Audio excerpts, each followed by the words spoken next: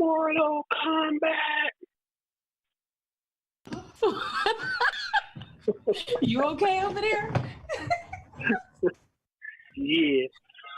I hope we're not recording yet. But yo, did you see the preview for the Mortal Kombat movie? It's not me, Ed. The trailer? You are recording. Stop talking. Oh, okay. Just saying. Free asses.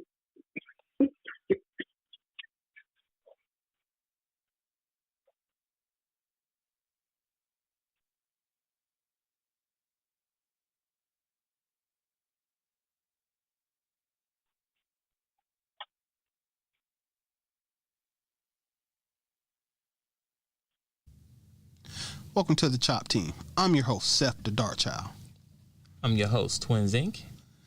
Our show is about two guys and any friends that happen to come over with a topic that we want to chop up. This is our barbershop style podcast. We discuss it all. If the fellas at the shop will go in on it, we will. Let's chop it up. What's going on, good people? How everybody's doing today? Seth the DaChop, you there, my brother? Yes, sir. I'm here, waiting, willing, and waiting. All right. What's going on, everybody? Hope everybody's having a great Sunday. As you see today, we don't have Seth the DaChop in the studio today. You know, he ain't feeling too good, right? I don't know if he's been partying or not, you know, messing around with that Rona in Atlanta, Georgia, but how you feeling, sir? I'm all right. I do got a little tingling at the back of my throat here. Pause. Hopefully it's not a cold. Listen. Let's not ever. That particular thing is never an option. Listen, no, straight up though. I didn't want to expose you and your lovely family to some kind of a virus vector, so I decided to do it remotely today. Listen, first off, I want to say I respect that and I appreciate that because, you know, some people are selfish out there, and not just you. I'm saying people in the whole world because, you know, when they said when the virus, whatever, was out, they tell people to stay home. Well, people weren't staying home. People were still going out and not wearing masks. So I appreciate you taking initiative. Like, you know what? You know, I feel a little soreness or, you know, a little tingly, whatever. And I'm going, you know, just some tea, pop some vitamin C's, and chill at home and call in so we can still do the show remotely and chop it up. And also, anyone, if anyone's tuning in on IG, you know, I just went live so you can let you know we're live. But if you want to interact with us, you have to come to YouTube and tune in with the boys. So, we see the topic, right? Seth the DaChop, what's going on, sir? Oh, bro. Yeah, you know, this backbone of the black community, right? Uh-huh. Now, I personally didn't do a whole bunch of research or thought on this topic, but I've been hearing it pop up recently, and it also popped up on one of my Facebook feeds, right? And it made me stop and think about it. And then you know what happened the moment I stopped and thought about it. Guess who did a show about it? Who did it? Come on, man, Uncle Kevin, the Godfather. The Godfather. Here's the thing. I don't always want to follow up the Godfathers, but the point is that it seems like the moment he does a topic or a show or something, people might not want to act like they look at his shows or something. Right. But all of a sudden, my Facebook feed starts showing different stuff like this too. Okay. So he's obviously permeating out into society right now. So, yeah, the backbone of the black community, it has become a topic of discussion recently. So, with that being said, I wanted to chop it up. I wanted to, you know me, my name is Seth the DaChop. So I am not here for cookies, roses, and rainbows. No rainbows. Not what I'm here for. Now, also, before you continue, one of our guests, we do have somebody who's live in the chat already. Her name is Michelle. She said he better go and pump up some ginger shots and some wheatgrass shots. You know, because we talk about make sure you medicate yourself ASAP. You know what I'm saying? Well.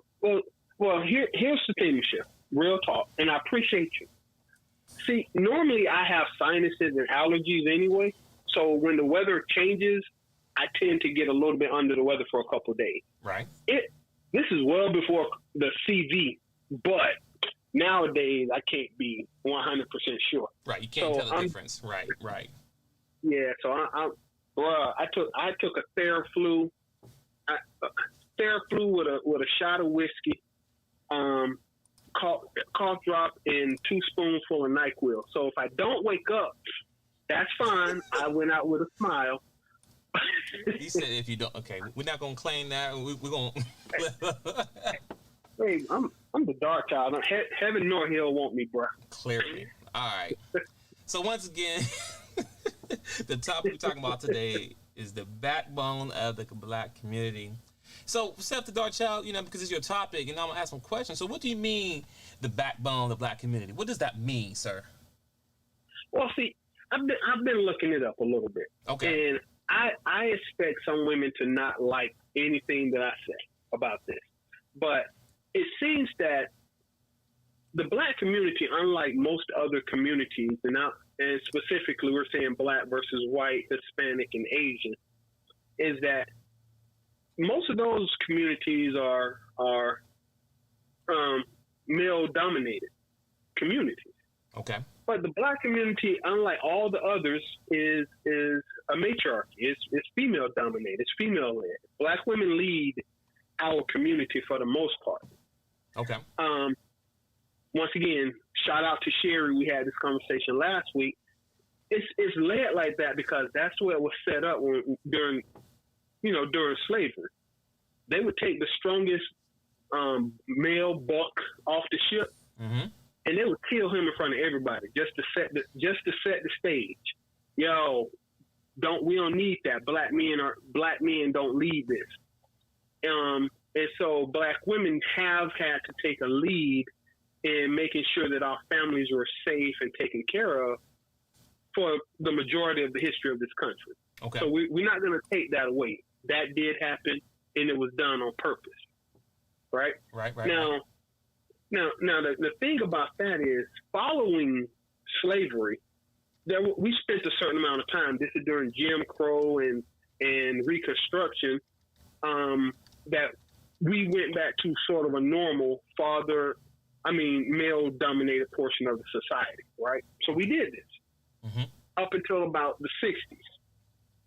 After the Civil Rights Movement, we went downhill at 100 miles an hour back into a female-led matriarchy in the Black community, mm-hmm.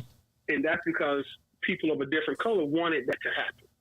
I'm trying to keep from getting all incendiary up front and just state that Black women do lead our community for the most part. Yeah, and this is on purpose.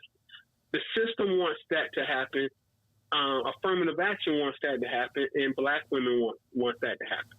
And also, not to break your thought, but also okay. even throw this in there as well. Our Black ladies are also the most educated too. Even add to that as well. But continue. Well, you know what? I'm going to throw a monkey wrench into that, and that's going to start a fight. Well, okay. But yeah. Right. Okay. So when I say most educated, right, I'm referring to the most degrees, right? The more schooling goes, right? Mm-hmm. So that's what I'm saying. I agree. Yeah. Okay. Go ahead. Continue. Well, no, that's the point. I'm going to throw a monkey wrench. Yeah, Black women without a doubt are more college educated than yes. Black male. Period. No debate. No debate. The problem come in is what you're getting a damn degree in. So you have if 2 Black men get a degree in the STEM field, and 6 Black women get a degree in the humanities, aka sociology or something like that, the value of that degree, you have a degree, but you're not benefiting the world in general, the Black community specifically, when you have a degree in English. You're just not. Those degrees don't generate businesses. Those degrees don't generate money. Those degrees are just easy degrees. If you get a degree in the humanities, you didn't move the needle. So you got the degree, you are more educated, but what you going to do with that? And at the end of the day, it's what you do with it that count, not just that you have it. You got to use it too, right? Yes, that's true. So yeah, black women more educated than black men, but that more educated than black men hasn't equated out to any benefit to the black community. It benefits women in having more money to spend. You have a degree, but a lot of even when black women open businesses, they don't have employees. You know what I'm saying? So, yeah, you're an entrepreneur, you're a boss of nobody. You just running your business, but it sounds good on paper, and so that's where I'm at with this conversation. Okay. With the backbone of the black community, it sounds good on paper, but in reality, what exactly are we getting for this? And the answer to that is, I'll say this, and I'm just going to level set. If black women truly are the backbone of the black community, they should be ashamed of themselves. Why is that? They failed in that position of authority. You failed. You missed the boat here. And I'm not going to throw out how I feel. I'm going to throw out stats, facts, and figures that are readily researchable anywhere on the internet. Okay. It could take you 5 to 10 minutes to find out whether or not I'm exaggerating or making up anything that I say. All right? All right. So, so that's when I say level set. You got degrees, you got educated. The student loan debt in America, this isn't about black women. This is just about men and women. I wasn't able to find it broken down by race. But women in America have out of $1.8 trillion in student loan debt, women control 1.2. Right? Okay. So 2/3 of all student loan debt are women owned, women controlled. Well, cool. You have the education. But you didn't. When did you get a degree in? And does that degree that you got make enough money to pay back those student loans? If not, then you failed. You lost. You know what I'm saying? Right. So, and black women have more student loan debt than black males. You didn't get a degree in a job that has $100,000 base salary like IT or engineering. You got a degree in English, in teaching. You got a master's degree in teaching median income for a teacher, depending on what city you're in, because it varies a lot. But here in Georgia, a teacher with 10 years of experience might just be making $40,000 a year. That's 10 years of experience. You might be making $40K, but you got $100,000 possibly, but let's say $50,000 or $60,000 in student loans for a $40,000 a year job. So you educated, but you made a stupid decision.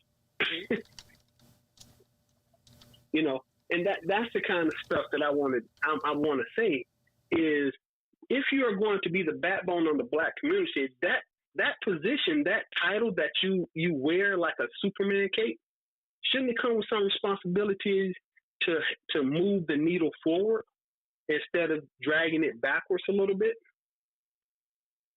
And this is where, you know what I'm saying? I understand. Okay, all right. So I see. Okay, I understand the level set. We do have Sherry in the building. She did say, "Hey, gentlemen." So I responded. She's all. Oh, you did. Okay. So she's all ears. So, I put the link in the link. I put the Zoom link in there. So Michelle or Sherry, everybody want to join in and join the conversation, you can. So this is the first day I'm doing the Zoom call as well. So be gentle. I'm trying to figure this all out. But but like I said, to kind of piggyback or even add on what you said, yes, women are definitely the most educated group in the black community. But then we look at those things, how is that benefiting in the black community as a whole, right? Because, once again, no one will ever say that your education doesn't matter. It does matter, right? So being smart and educated is very important on both sides of the table. But we know women are more educated than men. It's not that because men are lazy, it's just that most men, not all men, so let's get that clear out the way, begin the conversation we have today. Most men, we go for a degree or something that we know we can get paid ASAP. I'm not, and when I say ASAP, because yes, we have doctors who go to school for 10 years, whatever, XYZ. Mm-hmm. Now, some of these people who go into these fields of doctors already been their position is already pre-handed to them, meaning that all they gotta do is go to school, get the degree, and their family member or their dad or it's already lined up for them. All they gotta do is get the degree and get in the door, and they can move up the ladder much quicker. But if you someone who have no skills, I mean not no skills, but no connection, because it's not what you know, it's who you know. To be honest with you, it's who you know. If you go to school for 8-10 years to be a doctor, and then you have no work experience, you want to start somewhere. I mean, of course, if you have a doctor's degree, you have a higher chance of getting hired at a higher position. But without not knowing someone, it's going to take you a little bit harder to move up the ranks a little quicker. But even add to that, you still got student loans you have to pay. You understand what I'm saying? And if you come out the gate and you're getting paid, let's say out of college, doctor degree, you starting out at, let's say $80,000, right, a year. That's pretty good for a doctor, right? But then when you look at your student loans, it's over $200,000 in debt. Plus your living expense. Plus, if you happen to have kids in between that time frame, you got to factor all those things in, right? So I only said to say this. Me personally, I went to school for IT. I know I can get a 2-year degree, whatever, or a certificate, whatever, and hit the ground running to get the skill set. And while I'm in a certain job, they'll pay for me to go back to school so I get more degrees and more certificates and get more money at the same time. You see the logic there? So yeah, I may not have a doctor's degree, a PhD, or whatever in IT, but I just need the skill set to get in the door so I can work in the field that I'm in to continue to keep moving up and growing, if that makes sense. It does. So more and more likely what I'm saying is that most men, not all men, but most men are more strategic when it does come to going to education and going to school. I'm not going to school to get a degree for business administration, and then what? You know what I'm saying? Like you get out of school and then you work in the customer call center because you didn't really figure it out how it all impacts, right? But yes, exactly. Student loans are detrimental to most people. Yes, but I'm gonna be honest with you. My student loans, once I graduated college, was only like $5,000. I paid them student loans a long time ago. So where most people, their biggest debt is their student loans. That's not mine. That was done a long time ago. Well, I just want to throw this on the table about student loans because first off, education in America, I want to level set. Education in America, way overpriced. It doesn't need to be this expensive. It is this expensive because student loans are government backed. So these colleges, it doesn't matter how much they charge you for the student loan for tuition, when they know you can't default on this loan. That's why the price keeps going up because there's no chance of default. They're going to get their money from somebody, right? They can keep on giving it to you. So hold on. I'm just throwing it. I'm just going to say, when you say you can't default, you can default on it, right? You can keep getting bereavement or whatever to extend it out, right? Well, it's difficult to default because Joe Biden, the person we voted for. I was going there. I was going there. Get out my head, sir. Well, you want to make that statement going forward? Yeah. I just want to make that statement. You know what I'm saying? Before we continue as well. Back in the day, people were able to go to colleges for 10 years, getting doctor's degrees, PhD degrees, all these engineer degrees, all that, rack up all this money, right? And they go to school, right? They get a degree, and one thing they could do to get a clean slate is after they graduate from college with all that debt, they go and file Chapter 11, and guess what? Everything was wiped away, meaning that college debt, everything. So could you imagine imagine being, let's say, in your 23 to 27 years old, a PhD or a master's, whatever degree, with no student loans? You're winning right there. But there seems to be a guy that's currently our president right now that actually, for some reason, decide, you know what? You can still file Chapter 11, but guess what? We're going to exclude the student loans. You're going to pay. We want our money back. So I just want to throw it out there. Some of y'all didn't know that, but he was the same person who also did that. But go ahead. I see Sherry left a comment, but go ahead, Seth. No, I agree with Sherry. Here's the thing. So just what you just said, they excluded student loans from bankruptcy. At the same time, you can do your own research.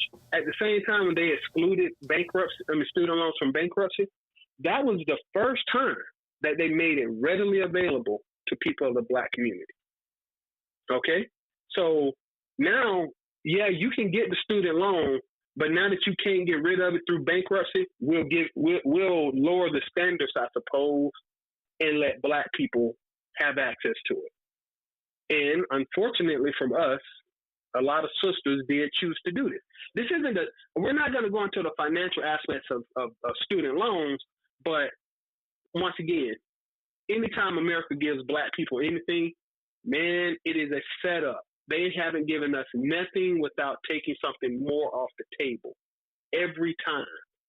If we really stop and talked about it, you would just see it. So yeah, Black people had a difficult time financing college because they couldn't get the student loans and qualify. The moment you can't default on the student loans, oh yeah, but now Black people can get as many student loans as they want since they can't default on it. It affects everybody, but once again, for our people, Black women decided to get a lot of education. I'm fine with that. A smart woman is a pretty woman, in my opinion.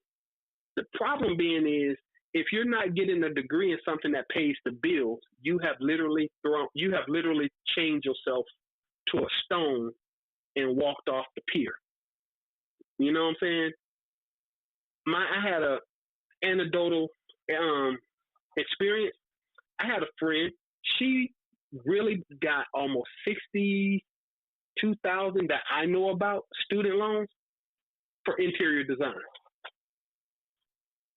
Dude, I asked her, what in the world is interior design? You buy isn't that just putting furniture in people's houses?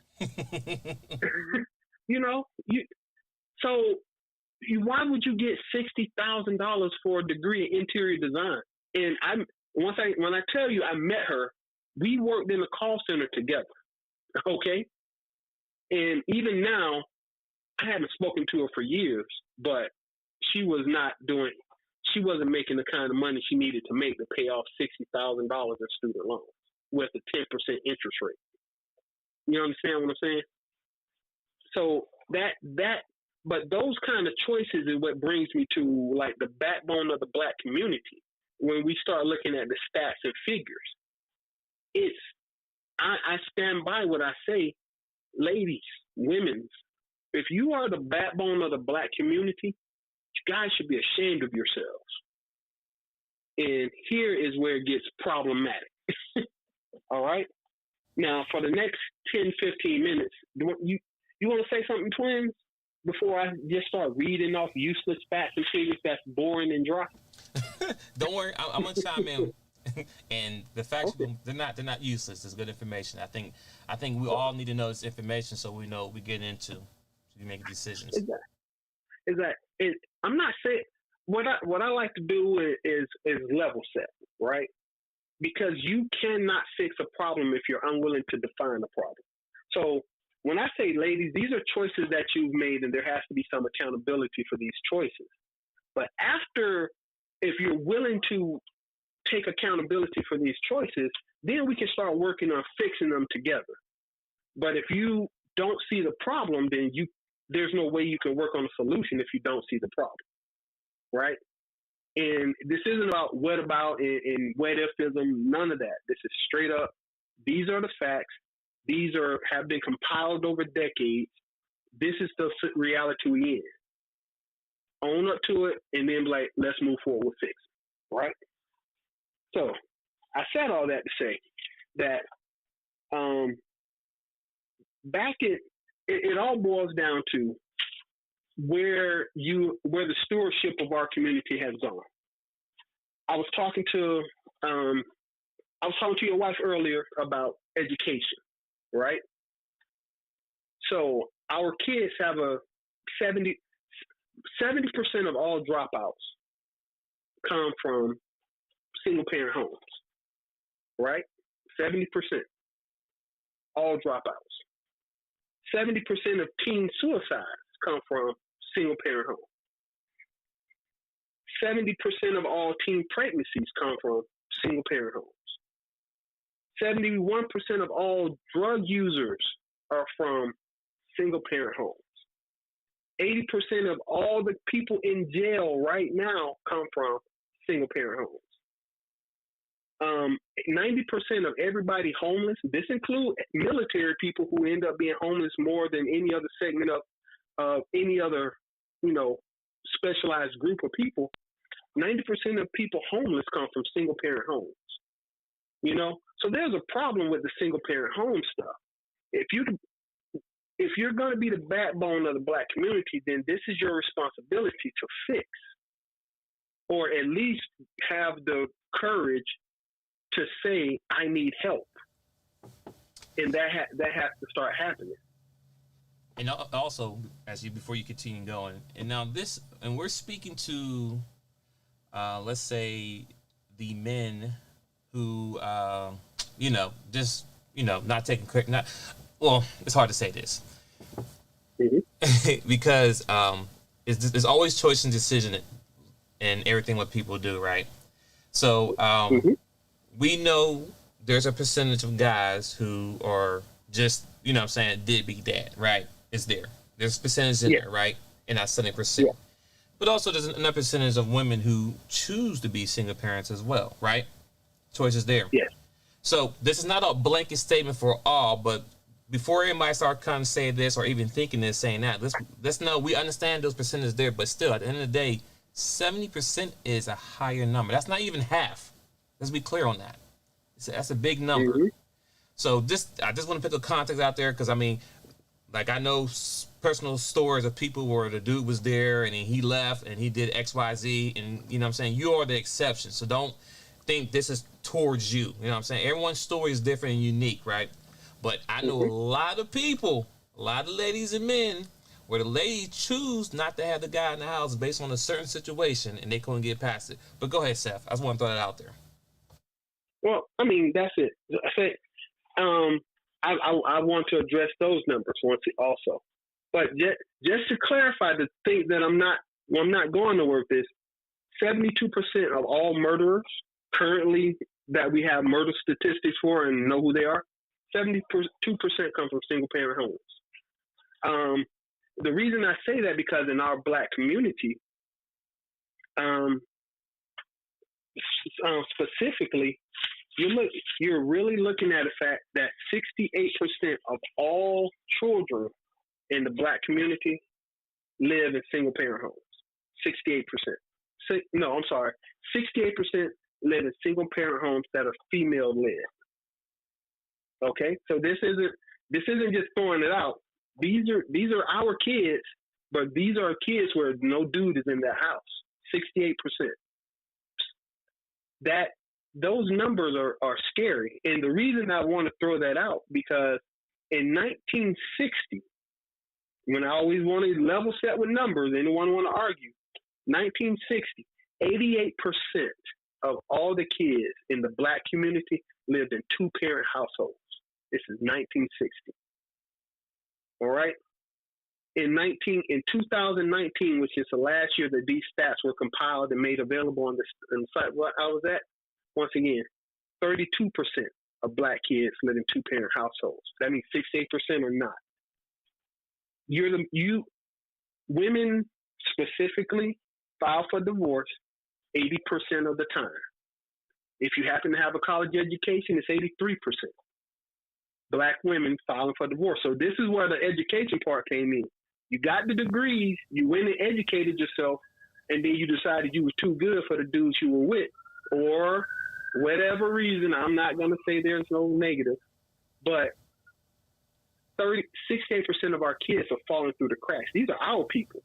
These are our kids. Right. And also, to even add more context to that, right? So, like you said, 80% of the women are filing for divorce, right? And then, most things I hear a lot on all these platforms, people say, well, why is the woman found for divorce, right? Mm-hmm. Okay. So, we won't, the elephant's in the room, we're going to talk to the elephant. Hey, elephant. Okay. Men cheat, right? Okay. All right. Men cheat, right? All right. Let me give some numbers to that. Yes, Okay. men cheat. 20% of the men cheat. Mhm. But that number for women is 13% that cheat. Men 20%, ladies 30%. That's not a big gap number. You know, I'll expect to see like men 20% and women like 3%, right? It's 13%. It's only 7% off, right? You with me? Mhm. So with that being said, right? if men is cheating, if cheating is the reason why a lot of women leave, and 20% is men and 80% women filing, I think it goes both ways. It's not just men who's cheating; it's women cheating as well. I just want to put that number out there. That's a number you can look at. It's on infostudies.org, and it's a breakdown of marriages and breakdown, and that's a shocking number that a lot of people don't want to talk about. I mean, let's once again, I'll take accountability. Men need to step up. Men do their part. Men shouldn't cheat, but women is 30%, and women are still filing 80%. Wait, I want to add a little color to that. I don't know this for a fact or nothing like that, but the 10% of women that cheat, that own up to cheating, or 13%, I watch Maury Povich and Jerry Springer. So it's almost like 1 in 5 of them kids weren't the father. So I think that 13% honestly is a little bit lower than the actual number, because Jerry Springer number is closer to 20 to 30%. But keep going. I'm sorry.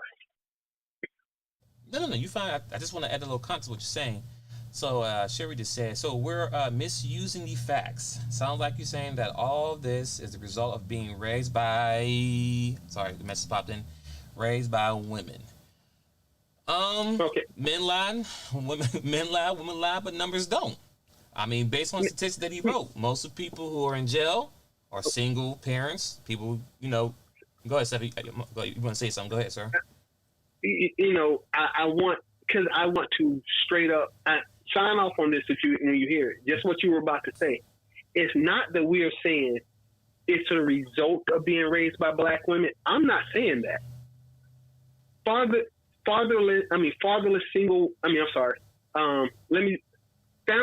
FixFamilyCourse.com is saying that. BlackDemographics.com are saying that. It is hard to be black in this country. Okay, so that's what I'm saying. It's hard to be black in this country, but unfortunately, the numbers point out that being raised by a single black parent in America is the worst possible situation you can find yourself in. That's true. Okay, this isn't my opinion. I was raised by a single black mother, but the truth of the matter is, 80% of the people in prison come from single households led by women. Okay? That's you can't argue with me about that. That's a Google search. So that's all I'm saying, sir. I'm not throwing bones. I'm saying if you're going to be the backbone of the black community, you either need to help us fix the issue per se, or admit that this job is a little bit harder than you make it seem, and that you need help. Because you can't keep on leaving relationships and deciding that you're sick of being with somebody because they don't make you happy once you have kids, and then still expecting that child to win, because we've been losing for 60 years. And also, I just want to throw something else there in that 80%. When women filing for divorce, and listen, in that 80%, there's still a percentage there where the reason why the women file for divorce because the men don't, right? That's true too. I'm not going. All that's incorporated in there, right? All that's incorporated in there. That at the end of the day, he ain't gonna do it, but I'll do it. Now, my thing is this, and bring me back if I get too far in this. Okay, so y'all split up, right? Right, we split up, but then he don't want to go ahead and file the paperwork because it makes him look bad or whatever it may be, whatever scenario is, right? So you do it, right? My thing is this: so when you do file the divorce and get separated, are you getting remarried right away, or you just want to have the option to be married if you choose to? And the only reason why I say this is this: in most cases, it will still benefit you to still be married unless you plan to get married again, because most of the time, I'll be real with y'all. Men die first. We die before the women anyway. So if you play your hand right, you're going to have lifelong finances when he gone. I'm just saying. Like I said, but if you're going to marry someone else, then cool. Story, you close one chapter, start anew. But I know a lot of ladies who do the divorce, right? But don't ever get married again. So what was your point? I mean, I understand he's gone, right? He's separated, whatever. But so what was the point there? But anyway, that's my thought. Because if I was a woman and I was separated and I wasn't planning to get married again, nah, I'm staying on them paper. Because when you go, I want that 401k. I want whatever. Boom, boom, boom, boom. But anyway, go ahead, sir. I just want to throw it out there real quick. I'm sorry. Well, I mean, like I say, I mean, because I'm trying not to get on that on a high horse, but I see it. Even another thing, even with our politics, right? So I'm gonna take it off specifically on the black family because I know that's triggering for some people. But the facts don't lie. The stats don't lie. They've been looking at this for a long time. Okay, so let's talk about our politics. I mean, since the 60s, truthfully, we've been wedded to the Democratic Party. Even with this student loan, here's how clownish our politics are for the student loans, right? Mm-hmm. The same dude that made it more difficult for you to file bankruptcy and get rid of your student loan is now the president. He was elected by, and it said the black women put him in office. They're the backbone of the Democratic Party. Woohoo, you did this again. He literally just came out and said, I ain't forgiving these student loans. Wait a minute. Why did y'all work so hard to elect the dude that straight up told you he ain't serving you up? Because he knew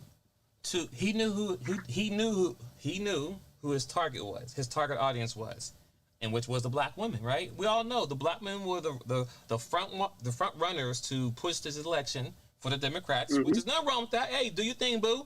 But mm-hmm. you have to understand, you were used because what we said at the beginning. We said at the beginning of the conversation, women are the most educated, and women have a lot of debt and student loans. So if I can get all them ladies who have good high education with a high debt and tell them, hey, I'm going to help you reduce your student loans, I'm like, shoot, that's a win-win for me. Let me go and do it.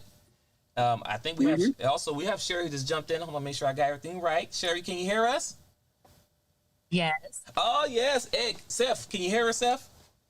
I can hear it loud and clear. Hey, listen, first off, I just want to say I'm excited because this is my first time doing this Zoom with everything going on, so I'm happy that it's all working good. Hey, Sherry, Hey, everybody, welcome. This is Sherry. This is Miss Body Right. She's been on the last 3 weeks with us. We love her. You can come every week, doesn't matter, but she want to chime in.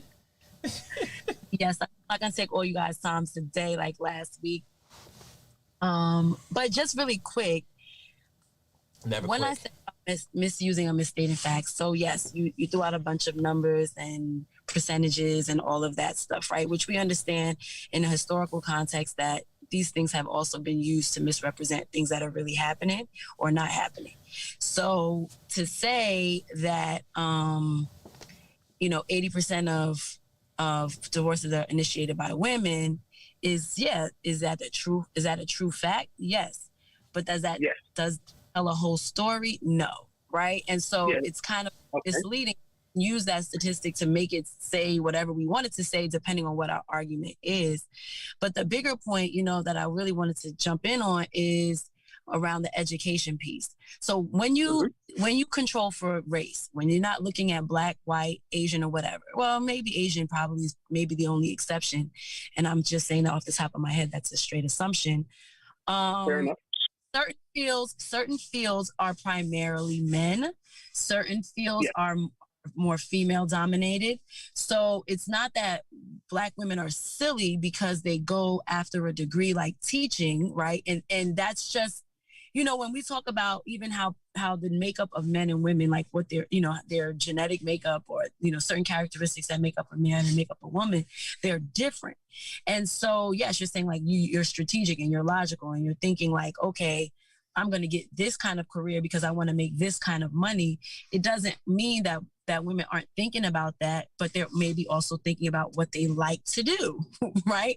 So I may not want to do IT because I like teaching, or I may not want to do this because I like music, right? And so we should not fault people for not going after these certain type of degrees, because that's not a judgment on who you are as a person because you decided not to go into a STEM field. You decided to go into something that's more social, it's a social studies aspect or a humanity mention, right? Okay. And then the other thing wait before you add the other point, because once again, I want to level set with what you just said. Mm-hmm. You are right. You shouldn't have to go into a STEM field because you want to be a teacher. Here's the difference when it comes down to the marriage statistic and the teaching degrees, okay? A lot of my white teachers, when I was a kid and in school, were married. Their husbands may have been in a STEM field while they were teaching, which makes perfect sense. But if you're the sole breadwinner, then you have to be willing to win the bread. Okay, so I'm not saying that you shouldn't be a teacher. We need teachers; they are essential. I agree. But if you are married and your husband is I don't care what he is. I don't care if he works in corporate America, and you're a teacher. Your salary will never equal up to his, but you have benefits to being a teacher that he will not have in corporate America. But you work together. You work together to make that work. Right. Many black women. That's the point, wait, but that's the point, is that if you are going to truly be your own independent, strong person, you have to make better choices for that, because surviving on a family of 3 with a $45,000 a year salary as a sole breadwinner isn't the same as surviving off a salary of $125,000 with a family of 5, meaning the husband, wife, and 3 kids. That's not the same. And that's going to put the majority of kids in poverty right now come from single parent households. The reason I bring it up is because we have the most. You moved the goalpost again, right? And so what you did was you then took one statistic and then you coupled it with a situation that may not be supportive of those statistics, right? So you put the statistic with people who are single parents with how it is. When that may not be the case. It could just be that most of the women may not even, in a certain age demographic, may not have children, or maybe they have one kid, so their $50,000 or $60,000 a year salary does just fine. But the bigger point of all of this, and why I was asking in the chat, is, are we saying that this is the result of being raised by a black woman is dangerous? Because it's not the result. All those stats that you read may absolutely be true. But what it's painting, it doesn't say because of a black woman. It's because of the absence of the black family. So it's not because of a black woman that we're in these situations, that majority of people who are in these different categories come from single parent households. It's because there was a breakdown in the black family. There's not a 2-parent household. So that can't be squarely put on the shoulders of a black woman, just like it can't squarely be put on the shoulders of a black man. It's the absence of the black family. So, yes, have black women emerged in some cases as the matriarchs? Yes. Is that by choice or by design? And I think what you did to a little earlier was that a lot of things are by design, because you kept saying this is the way that it was intended to be. So then you're acknowledging that a lot of this is by design, right? Mm-hmm. So then by saying that, you're acknowledging that it's not a choice. It's by design. It's by design. Right. So we have wait. Black men. No. You know why we got to break it up? Because me and you will be on this for hours. I agree. It is by design. The U.S. government. I said this last week, and I'll keep saying it. White America, the white supremacist power structure, did set up this kind of conflict in the black community.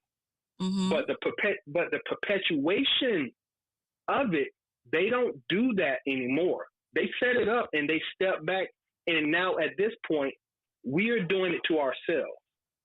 Okay, they set us up for failure, and then when 83% of all divorces in the Black community, all right, now wait, here's the full stat. If 100 people get married, 50% of those marriages will fail. That's the statistic across the board in America. When they narrow it down to the Black community, when you get out of 100 marriages, 50 of them will fail. But out of that 50 that fails, 80% are filed by Black women. You just got tired of us. 80%. You don't know why. No. I'm going to clarify that. I'm going to clarify that because I don't want you to think I'm moving the goalpost. 80% are filed by Black women. 83%, though, when they narrow it down to education level, when a Black woman gets a degree, 83% of divorces in the Black community are filed by women with higher education. That means 17% of men out of that 100.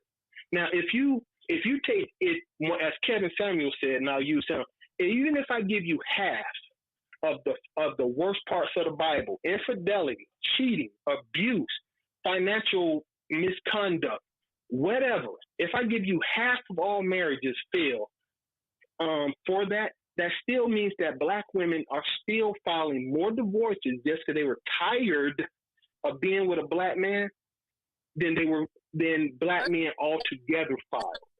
So that's an assumption, and that's a dangerous assumption because you have no idea, right? And that's a I think, right? And you guys, y'all base your stuff on facts, not what we think, and so that could be potentially, but in reality is most times people are not.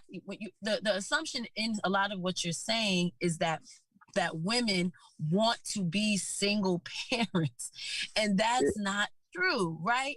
Now, if there are situations that up that maybe there are certain decisions, and I think this is a human issue, a human flaw, where people are not marrying for the right reasons, right? We have lost that over the years, that we have lost the reasons why people are married. And so a lot of people are getting married for a lot of superficial things or temporary things, not understanding what actually it takes to be married and stay married, right? And what that means for your kids and all of that. That is a failure of across the board. So I agree with that there's a problem. There's a systemic problem. Well, hold on. When you say people, are you referring to everyone in this bucket, or are you referring to African Americans in this bucket when you say people? Well, I'm saying people as far as the reasons that, when generally speaking about all people. But then when you're looking at specifically Black people, we have lost, since you're talking about that era, before the 1960s, where you did see more marriages and more Black families and stuff like that. We have lost the reasons that people unified. The other point that I think we absolutely have to acknowledge is also what's underlying in some of the things that are being said is like Black women should just decide to stay. Like, oh, what's a little bit of cheating? What's a little bit of financial instability? What's a little bit of this? Like, you're making a decision to put that man out. And the question has to be like, at what point is enough, right? We never said that. Hold on. We never said that they must sit there for abuse. Never said any of those things. So I'm saying the underlying thing is like, these things, yes, maybe these things are true. Maybe this is happening. But at the end of the day, the woman is making a decision to put the man out, right? And so how do you counter that? So then the same accountability that there has to be, okay, so maybe you're saying that women should try a little harder, but then the same thing has to be that men have to try a little harder. Like, you have to be a man, and the woman has to... I cannot let you say that. I can't let you say that if 83% of Black women are leaving these relationships, 17% of men are saying, even if they want to go, you can't be like, men need to try harder. That's 5 times difference. If that's 5 times.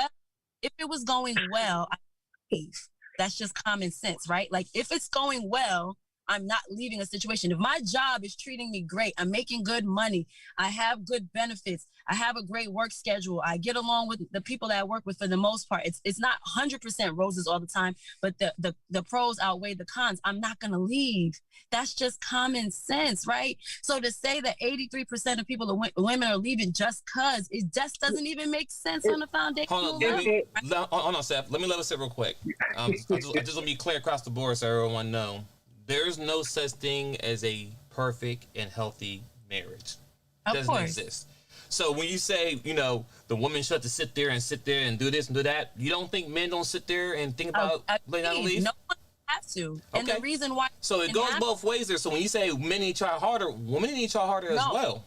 I said that. That's what I said. I said that we can't just say it's the woman's failure that things are going. Yes, if something sometimes, of course...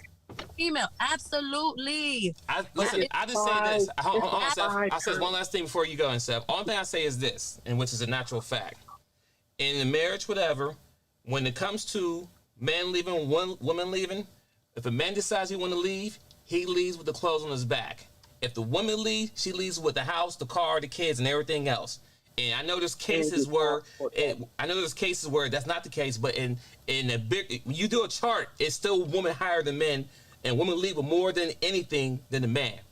So that's that's the meat and potatoes. You can chop it any way it is, whatever you chop it down, the number's gonna be higher. The woman leaves more than the man does. The man leaves with just a shirt on his back, and that's it. Woman leaves with everything. That's the caveat. So what I'm saying is this: if the system did not give women, ladies, the opportunity to leave and take everything, there'll be more marriages staying together, working hard to figure things out. But because the system had to, because the system was built against females, okay, right? But that's accountability then. So it falls on accountability. So you take the easy way out instead of sitting there and try to work through your relationship. No. You just said it. That was a good point. Property, right? Women were looked at as property. So women were looked at as they were devalued. They didn't have a say. They didn't have anything. So if a man decided he wanted to leave or whatever, it was typically the woman who was not protected, and that meant the children were not protected. So that was why that system was created, because for a long time, the women did not have any rights. So we can't just skip and say, "Oh, the system." No, I agree with that. But who abused it now, though? But who abused it now, though? I agree with you saying that makes sense. I agree. But who abused it now more? I'm not denying that. I work in the family court system. No. I need to say it. Who abuse it more now, men or women? I'm not going to say they abuse it. There are people who do abuse it. Absolutely. Women absolutely abuse it more, because typically women go more to family court for relief. That is a fact. I'm not denying those things. What I'm saying, though, is how do you be honest about the entire picture? And the entire picture is, if two parents it's not working out and they're in the household together, you're still going to create murderers, and you're still going to create kids who are not going to be educated. You're still going to create all those statistics that DaChop read a little earlier. You're going to still create that because the home environment is not healthy or productive. So the focus can't be, it's because the single parent is the woman that's mostly primarily heading it. It's because there's a breakdown in the family structure that causes this to be out of order. If the household is out of order because there's no male and the woman's, there's no level of submission. When you're talking about, we say this from God to the man, to the woman, to the kids. Of course, the kids are going to be out of order because the whole line is out of order. The whole line. I agree that. Listen, I agree that. But my question is this: how come it's more a huge impact on the Black community compared to all the other communities? Because the other communities have been taught not to marry around those superficial reasons, especially the nonsense that Kevin Samuels talks about. That's the problem. If those other communities were taught to not do this, Sherry, here's the thing. For 50 years, Black women have been the matriarchs of the Black community. If it hasn't been taught, who didn't teach it? Anyone, right? No one. Wow. Because but you guys running this. You the boss. You guys are the captains of that ship. Okay, so what if it's not being taught, who's not teaching it? I'm teaching. So I only can give you what I have, right? So if my experience in life is that I had to do this by myself. I'm teaching my daughter to be able to do it by herself, not understanding that teaching is wrong, right? But you do understand it because we're having this conversation. Huh? But you do understand it because we're having this conversation. So when we get off this phone, what are you going to go say to your daughter? But of course, I know what I wasn't taught that. So I understand that. I understood that from a long time, but that's because my mother didn't teach me from that place. But I'm saying that if my mother came from where everybody around me are single parents.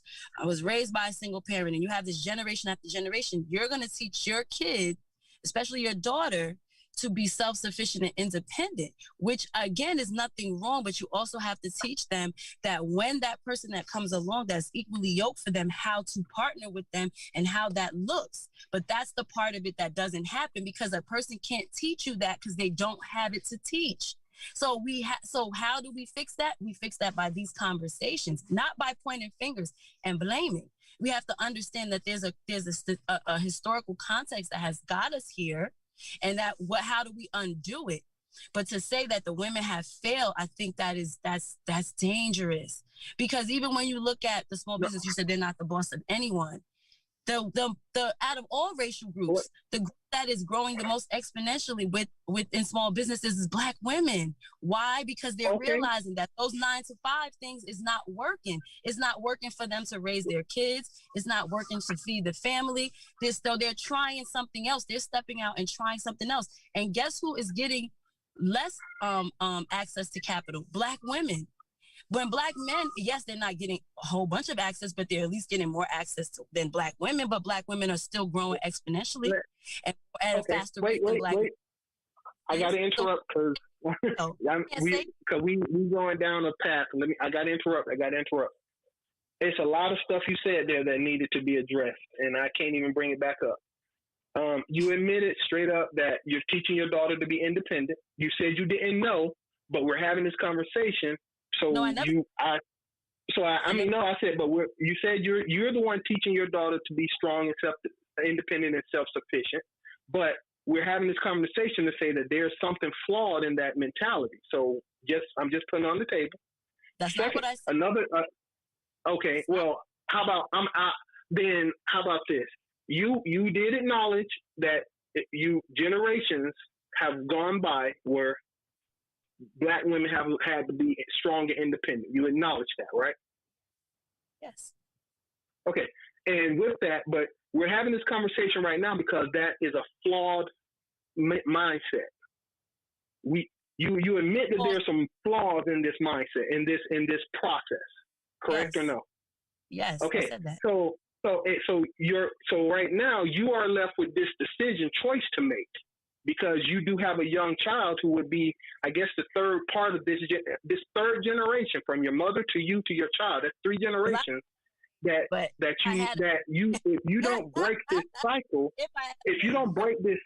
it's not going to be broken, right? It'll just it'll just be there if you don't break the cycle. Now, I'm going to do a research on this because I want to be able to point this out. But why Black women aren't getting access to capital to start their own businesses from a pure business mindset. Black people too, but Black women, because Black women do open the most businesses. Black women are hellified entrepreneurs. You will get out there and get it, but most businesses fail. So if you open the most businesses, then you're going to fail the most. That's just the statistic. If you grinding, you trying the most, you're going to fail the most. When they look at these statistics, that's when they decide not to give you capital. So it's all a cycle. Once again, it's set up to fail. But even in that, when you do, in the other backbone on the Black community, because when my opinion, and I'll research this too, but a lot of Black women who open up their own businesses, they don't really employ a lot of people. This is simply for them. A lot of Black women have businesses, but they don't have employees. You're not paying somebody on that payroll. It's just you taking care of yourself. That's fine for you and yourself. But from a Black community standpoint, if everybody's self-employed, it's awesome. But if I need a job and you own a business, but you can't give me a job, I'm still going to be living in the neighborhood looking at you driving your BMW hungry in your community. This independent at the very end, one of the last definitions of independent equal alone. If we keep going at it alone, we'll never build a community. That's why being the backbone of the Black community isn't being supported. But you're missing the independent part, right? Because for yes, a woman should not be taught to be dependent on anyone, because then you guys will sit here and just complain that, oh, when a woman leaves, that she taking my money, she taking my this, whatever. So you have to teach just like you would teach your son to be able to stand on his own too. You have to teach a woman to be able to stand on her own too, and there's nothing wrong with that. I don't know why that bothers men so much, but it is nothing wrong with teaching a woman to stand on her own too. What I said was that where the teaching is flawed is because it stops there. They don't teach you a lot of times, and this is not on just one side or the other, but I'm talking from a woman's perspective, is that when you do meet a man that's equally yoked, first of all, what that actually looks like, right? What that actually looks like to be equally yoked to someone, that's first and foremost. And then second of all, how it goes to where what you coming with and what he comes with can be merged together for the benefit of the both of you and for the benefit of the Black family and then the Black community and so on.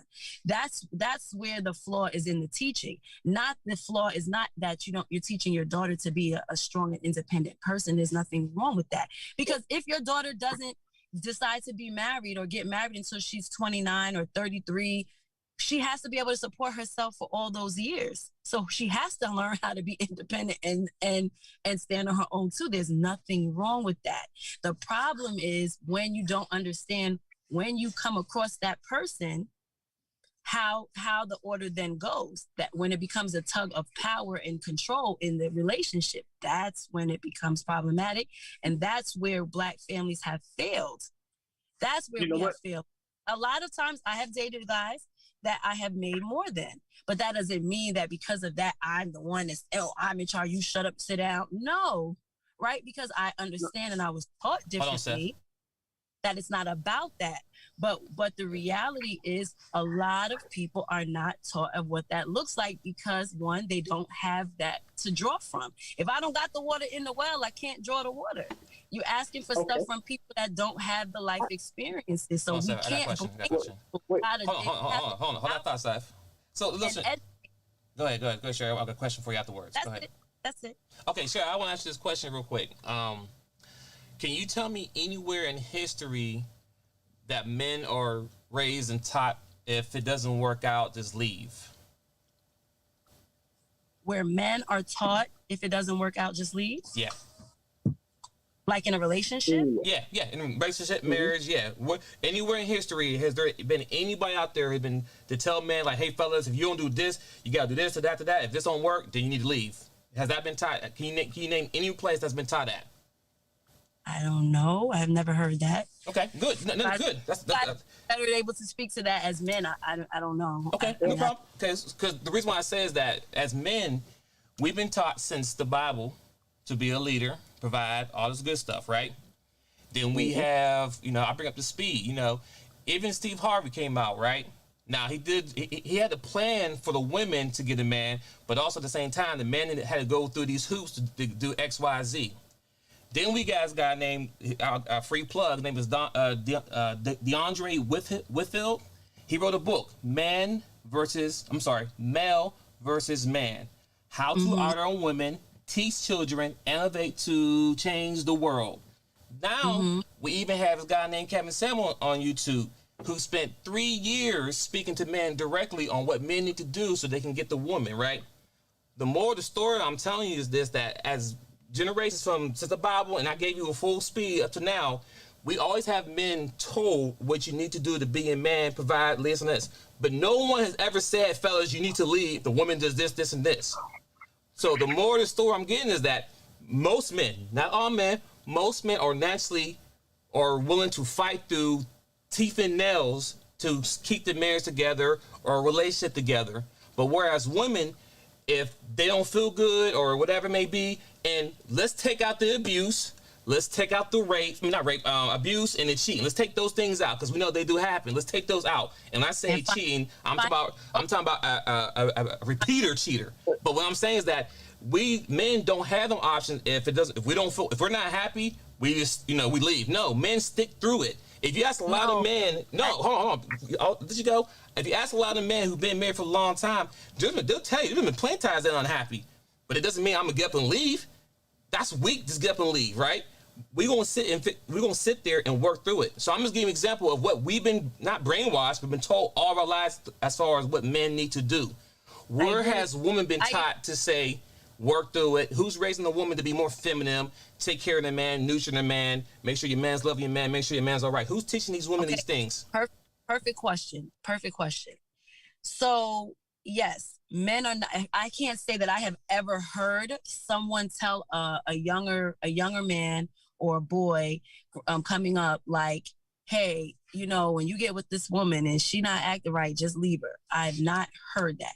What I can say I have heard and I have and has been mirrored for a lot of, I'm not saying all, so before y'all jump on the all, a lot of younger Black men is to not honor their Black woman. And what that means, whether that's cheating, whether that's abusing, whether that's not providing, whether that's not protecting, whether that's how they communicate with them, I have seen that far more than that should be acceptable, right?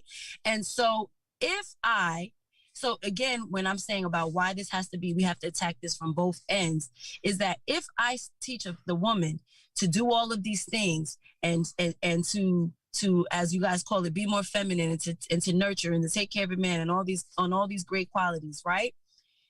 And the man is not upholding his end, at what point should it be okay for the woman to say, this ain't it? And so we can't just say it's always one-sided. No, women are not, it's not so, so just because if he doesn't check this box and this box, then that's it. You give him until 90 days, and after the 90 days, that's just not realistic, right? A lot of times women are sticking it out and they're trying, and there's gets to a point where it's just like, this is not it. And in those cases, I believe it's because they weren't yoked the right way from the beginning. Sometimes there are situations that happen, and that's, these are outliers, but you can get with somebody, they get addicted to drugs. You get with somebody, they start to have mental health because maybe the pressures of life, or mama dies or something, and they just can't pull it back together. Things happen, right? And so I'm not talking about those rare instances. I'm talking about what breaks up most families: finances, whether across race. Finances plays a big part, but then also the big part is communication. How we communicate, if we communicate. What do we communicate around? What are the expectations? How honest are we? Are we not that honest? Do we sugarcoat? Hold on, Seth. Hold on, Seth. Hey, Sherry, if it drops you, I'm gonna put it back in there and rejoin. Okay? Yeah. Okay. All right, go ahead, Seth. Okay, Sherry. Listen, you know what, Sherry? I'm gonna do what I don't think a lot of women would do. You right. You were right earlier. Okay? No. Because listening to you, you're right. If I had a daughter at 29, she do need to be able to take care of herself in the absence of a man. She do need to be independent. I think here's the problem. And Twin said this earlier. I'm over here using this Rubik's Cube, and it came to me. It is the fact that the whole problem, the whole breakdown in the Black community, the whole breakdown in the family, is that we are not fairly yoked. I don't believe in equality, so we're not fairly yoked. The fact that a woman can decide to leave, and if she does leave, I have to pay her for whatever reason. I might have to pay her alimony, I might have to pay her child support, I may have to pay her. I might have to give her half of the savings or whatever, even if she never helped me earn a dime. She worked, I worked, I made more money, I have to pay her. You're right. If I think honestly, and this is where I'm still going to put it on women for this though, because men have always been campaigning for this. It needs to be fair. If you divorce, how about this? Do you think couples would stay together if automatically upon getting a divorce or separated, I instantly get 50-50 custody and I don't have to pay you child support? Do you think most people would stay together if they knew you wouldn't get child support if you left? Would you think when you get married, if leaving meant you got nothing from me, you think that most people stay together? Do well for yourself, right? But let's be honest, and family courts, right? This is what I do. The majority of what the child support payments that the men are paying is peanuts. So let's be real. I'm not coming up. Not peanuts. It's not. Honestly, that is subjective to the people you're working with. Listen, my cousin works in child support. So I'm not saying this from a place of I'm talking off the top of my head. Like, I work in family court social services. She works for child support. What's being asked of a lot in general? I'm not saying every single guy, because not every, there are some men that are paying $800 and up a month for one kid, right? But then a lot of times, because of child support laws, you might be getting one for $75 for a kid every 2 weeks. No, let's be realistic now. Hold on, let's be realistic. Let's be realistic. We see, when we talk the whole divorce thing, when most people get married in a marriage, they're not working at Walmart. They're getting paid real decent, good money. So when they do separate, it's over 500 and plus. We ain't talking about the dudes working at Walmart and Target and all that stuff. No, that's you might be working at Target. You could be working at UPS. You could be working for the electric company. You could be a police officer. Depending on what your job title is, right, and how much you're bringing in, they can only go a certain percentage. That's just the law. They can't decide I'm gonna take this. But the thing is this, the reason why I said is that because when you say a woman's getting paid $75 for child support, that means she chose a low quality man to be with in the first place. And that's a whole different topic. I'm not disputing that. So what happens is what you're missing sometimes is that I got with this guy. We were both young. Maybe I met him. We were both working at Target, right? But I went to school and I started to better myself, but this person is still stagnant, right? That don't got nothing to do with me. That got to do with you. And we can't point fingers. What we have to say is yes. And I always tell people this, like, if I was ever, God forbid, but if I ever was in that situation and the man will say, okay, he wants to leave, I'm not about to argue with you about any money, because at the end of the day, I don't need it. I know that the same way I did it without you, I'm going to be able to do it without you. But if I want you to have your kids, but you're not going to leave the kids here 100%, and you go over there and don't think that you have to be responsible for these children. And that is the reason why these systems were put in place, because not everybody thinks like a gentleman. Not everybody thinks, okay, let me leave and let me make sure I come and get my kids every other week, or half of the week or whatever, most of the summer. Not every man thinks like that. So the system has to be there to protect the women and also for the benefit of the children. So it has a system. Can it be revamped? Agreed. Wait. Okay. It has to. No, I got it. You right. Once again, you right again. I'm gonna give you right again. But I think that it's a lot of gaps in what you're right about, because I'm sitting here thinking about what you're saying. First off, you're right. For a lot of people, because I'll be honest with you, if it was better for me to work straight cash and get paid under the table so I didn't have to pay child support, I might do that. Honestly, my dad did the same thing. My dad didn't work a job for 26 years. They do that for that reason, so they don't have to pay child support. Yeah. Oh, yeah, I know. So that's what I'm saying. But how much? Here's the thing. If you leave, even if you ain't getting that for child support, you work in a place where you know how much are you getting for food stamps. How much is the government subsidizing you? How much is the average government monthly subsidization of a single parent woman who made a baby with somebody that wasn't worth being with? What's the government? You get rent. How much? $120 in food stamps. $120 in food stamps. What about the rent? How much is rent? Depends. Everybody qualifies for rental assistance. Not everyone qualifies for rental assistance. Still, no. But the point is, you didn't know this when you made the baby, but they come to you after they've broken up their relationship. So, what on average is a baby worth to a single parent? Not a lot. It ain't. Well, not a lot. But that needs to be educated to our young ladies, because if you make a baby with somebody, both of y'all working at Target, both of y'all making minimum wage, making a baby would be not smart, correct? No. It just, I don't want to say stupid. Together and you guys make it work. You don't have to be rich, but it has to be a partnership that understands what we're focused on the same mission. But if it starts to break down, then it is a struggle for you to do it by yourself, but you're not intending on doing it by yourself. Most times it's not a situation where you're starting off thinking, I'm going to do this by myself. Now, if I am, you can't get child support. I mean, you can't get public assistance, at least in New York State. You cannot get public assistance if that name is on the birth certificate. Let me ask you a question. How much is rent? Wait, how much is a one-bedroom apartment rented for in New York City? Because I don't know, but I know here in Atlanta, a one-bedroom apartment is like $1,300 a month in a lot of places. $1,000 a month, pretty much minimum. No, we talking about how much? Huh? It could be. It depends on the neighborhood. In a better neighborhood, you could be looking at $1,900. Even in a not better neighborhood, because when you're saying they're not getting much, that I have to say that if a one-bedroom apartment in Atlanta is $1,000 a month. Mm-hmm. It goes up from there, but it's hard to live inside Atlanta for less than $1,000.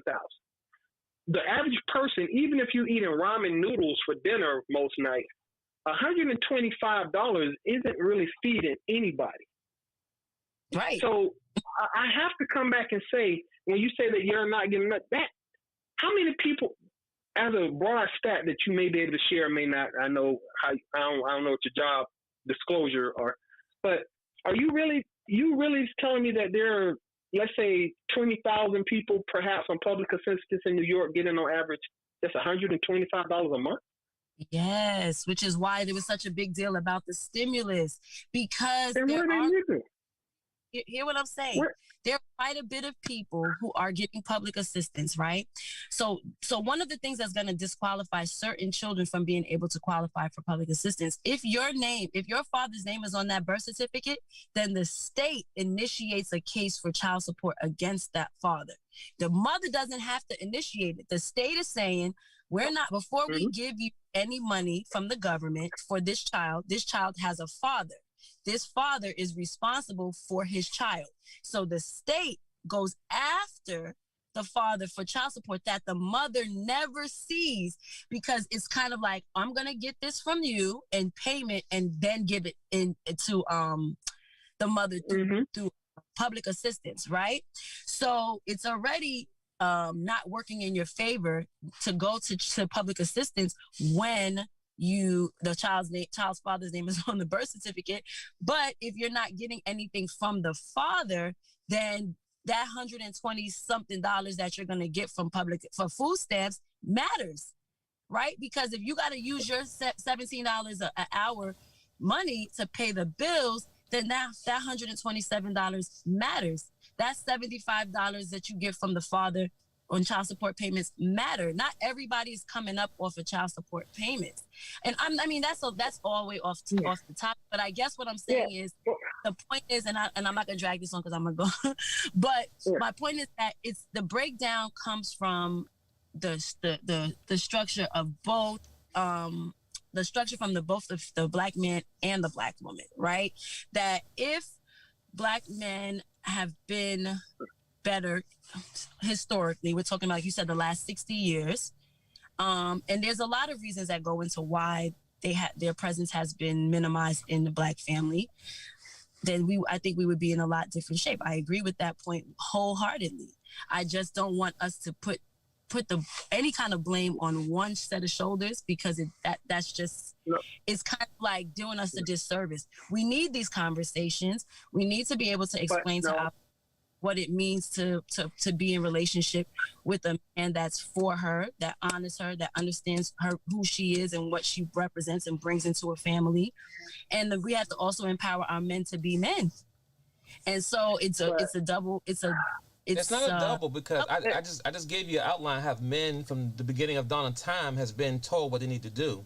So why they don't do it? So men is constantly every day, right? We know our role, right? That's what I'm getting at. Like we men. So why y'all don't do it then? That's what I'm saying. You can't. No, we can't make you. We can't make you follow us.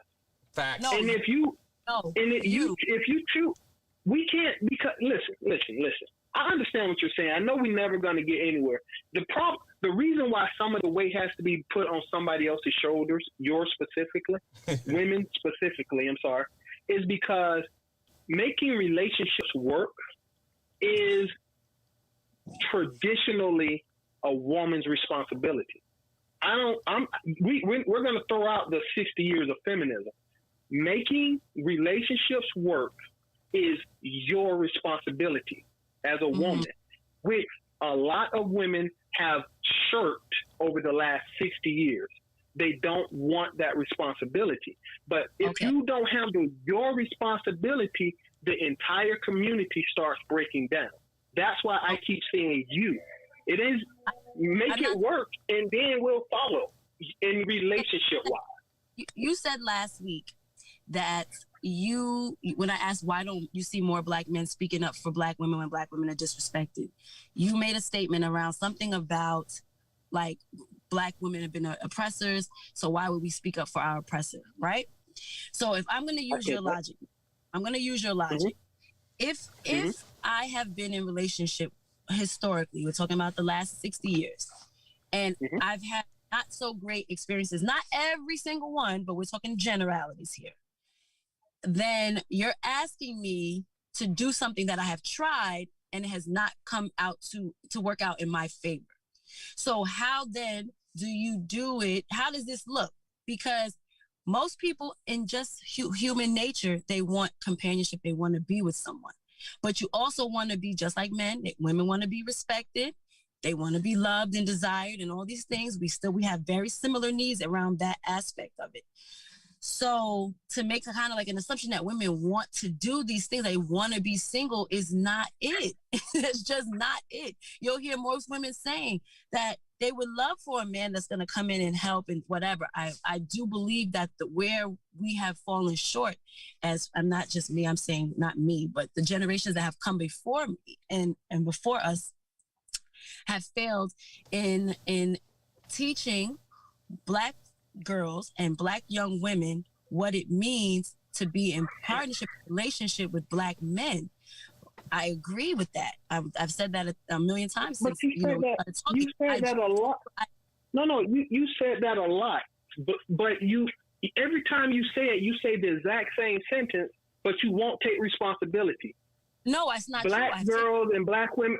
Black girls need to be in supportive relationships with black men and learn how to work with black, but they haven't been taught. But black women have been leading the black community.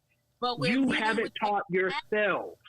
With what we have, and so to say that you failed is again, it's misrepresenting the story. Because you won't take responsibility for your job. It's mine. I got work. Okay, you have a lot of times where you'll hear the children say that their mother wasn't home because the mother worked 2 and 3 jobs, so the kids raise themselves. They end up in the streets because why? There's no supervision because the mother's working 2 jobs, because whatever, right? Like we've heard stories before. We understand that these are things that happen, especially in impoverished communities, right? So we understand that there are circumstances. I'm not denying that. I'm saying that it's a twofold thing. If there was a male in the home, a man in the home, not a male, a man in the home, then would not just any man, a man that understands his role. Don't do that. Don't do that. Because every time you get down to splitting up, it's just a justification. No, if there was a male in the home that you thought was a good man, keep going. No. What I was trying to. No, I wasn't going down that road at all. I was saying, I'm not just saying as long as any man is in the home, it has to be a man that understands his position and is able to lead. That's what I meant by that. Not that, the man. Who defines leadership? Who would define leadership in that situation? If he needs to lead, who would define what that leadership looks like? I say that because 70%, 70 to 80% of all breakups, not just divorces, Black women still leave the relationships. So what does leadership look like? And I want to add this as a but, and Black women have been raising these Black men for 60 years. Okay. So you taught this man, who is teaching him how to lead? Because that would be the parent in this position. How, as a Black woman, teach a Black man to be a Black man? So then that doesn't, you cannot say you failed. You failed it. You're a doctor. You couldn't because you took our job. You kicked us out of the house. You took our position, and then you failed at doing our job. That's what I said. That's what I'm saying.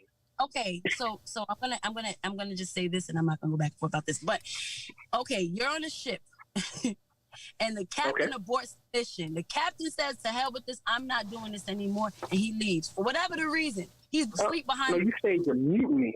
You staged a mutiny and threw the captain off the ship. Are you just gonna let the boat just float into the never land? No. You're going to go behind it and try to figure out the best way that you can. So you cannot come behind it and tell a woman that because you trying to pick up and just deal with what you have, that you failed. That is completely skipping over the fact that there has been, not every situation, but there have been a lot of situations where men have aborted their role. They have left for whatever the reason. They have left. There. And so a woman, I agree. 17% of us got the hell on. I took over because you ain't here. And because it's not going to look the same because I'm not a man. So it is going to be a failure to some degree. That's an accountability. I'm not denying that. I'm just saying that the conversation has to be that there's on both sides, there are things that have to be repaired to repair the Black family, to repair the Black community, to better the Black race. That's my point.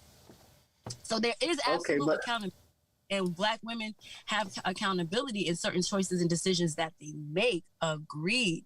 But I just wanted to be, when you say like, who's the backbone? Yeah, we should be the backbone, right? But it shouldn't be the head, the backbone, the arms, the legs. Right? It's truthfully not supposed to be your responsibility. It's not supposed to be your responsibility.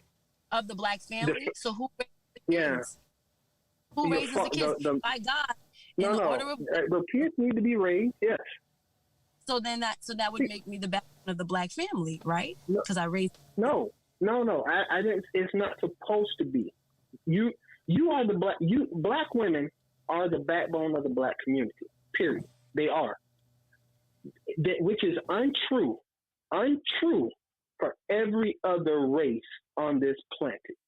Every one of them. Only in America do Black women take upon themselves the mantle of being the backbone of this society, of our culture. Only ours. Now, bear in mind, we can't force you to lay down your arms and go and let us do what we need to do. And honestly, we talked about this last week also.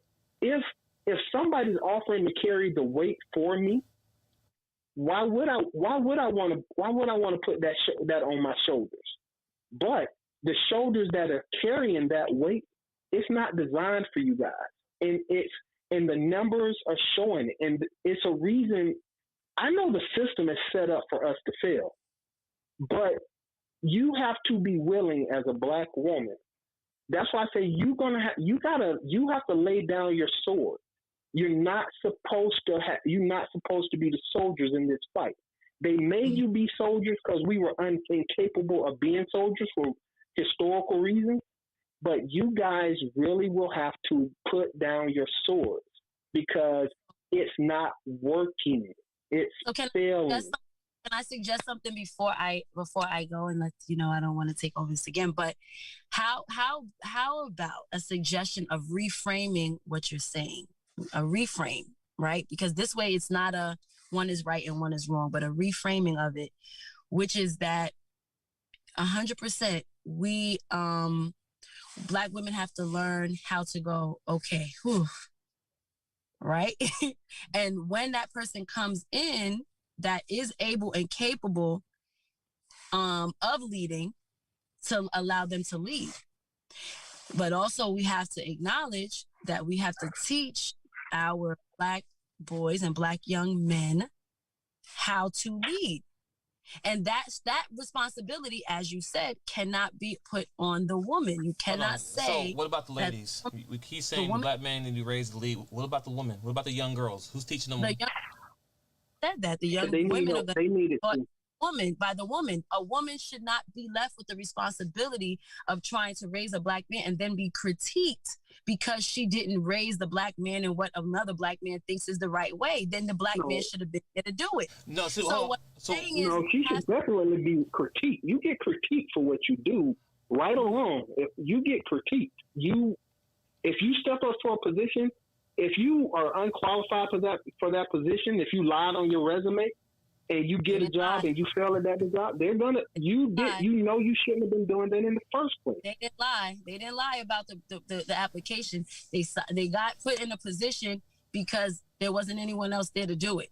And I think what my reframing is, can we acknowledge at least, because I think a more positive way to spin this is that, not spin it, but a more positive way to frame this is that when there has been the breakdown started, whether for systemic reasons or whatever, that there was a break between the Black man and the Black woman as far as a Black family, that the Black woman did not throw her hands up in the air and just lay down and die. She did not. She tried to do the best that she could do with what she had. Did it always come out right? No.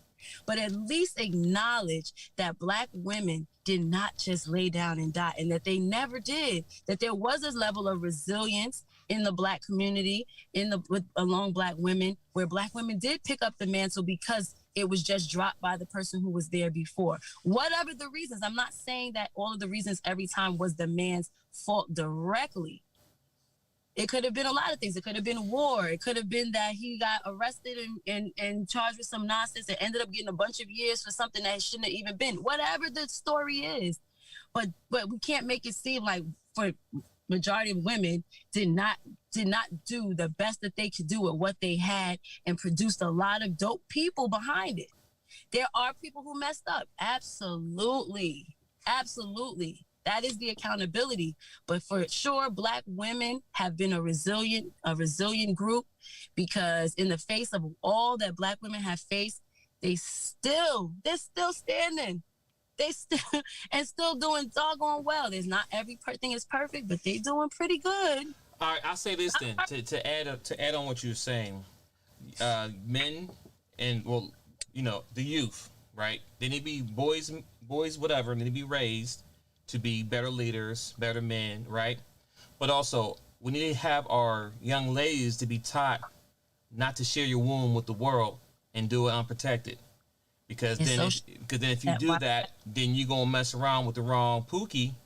And then now you're mad at everyone because the pookie you chose to have a kid with, because you should marry before you carry. Yeah, that's how you end up getting $75 a month for child support. But if you're not sharing the cookie with everyone and you meet someone who's a college degree educated person, then the situation may be a little different. So it goes on both parties, but at the end of the day, boys is going to be boys. They're going to chase the girls all day. The women need to be more accountable with their womb and stop giving everybody and getting pregnant before you get married. But that's just that simple.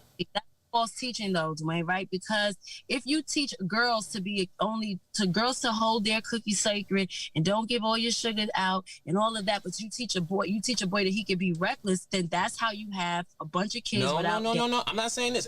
And I think I said this last week. I said this. Sherry, if all the women in the world come together, create a coalition and say, you know what, ladies, we're not giving our cookies up unless every man wears a pirate suit. Everyone will be Jack Sparrow around here. But y'all don't put no value in the cookie. So, yes, I can tell these boys don't do it. But if Christy over there is giving away for McDonald's food, okay, why do I have to work so hard for it when I can get it free over here? So it falls on y'all.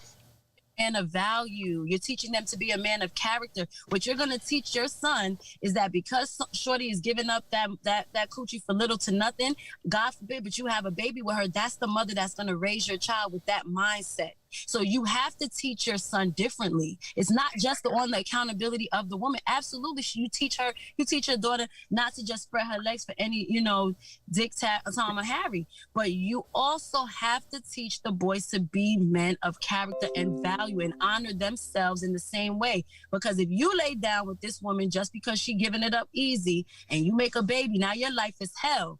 Now you have to battle with this woman who's raising your kids. Hey, you said that?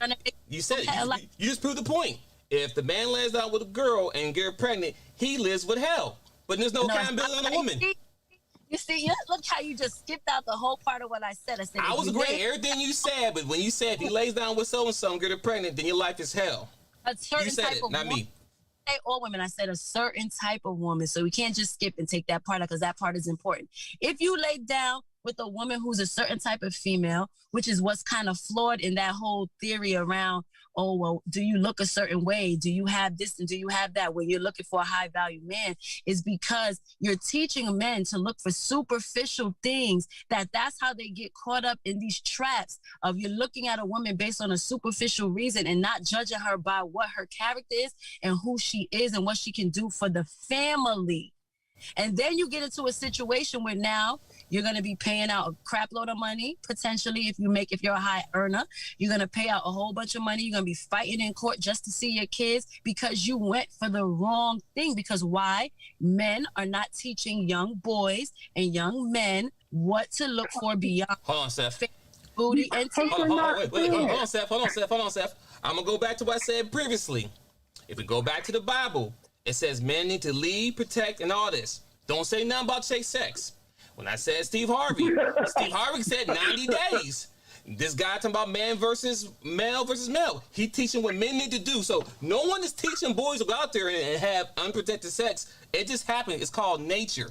That's the point I'm trying to make. No one, I was not told, hey, Dwayne, you go out there, try to sleep as many girls as you can. No, that's just nature. So once again, you are taught that. You're not taught that directly. Maybe not someone didn't sit you down and teach you that, but you are taught that through what you watch. You are taught that through what you listen to. You are taught that through what you see around you in the neighborhood and all of that. You are taught that. I mean, right. But so once again, you prove my point. I'm just making the point here.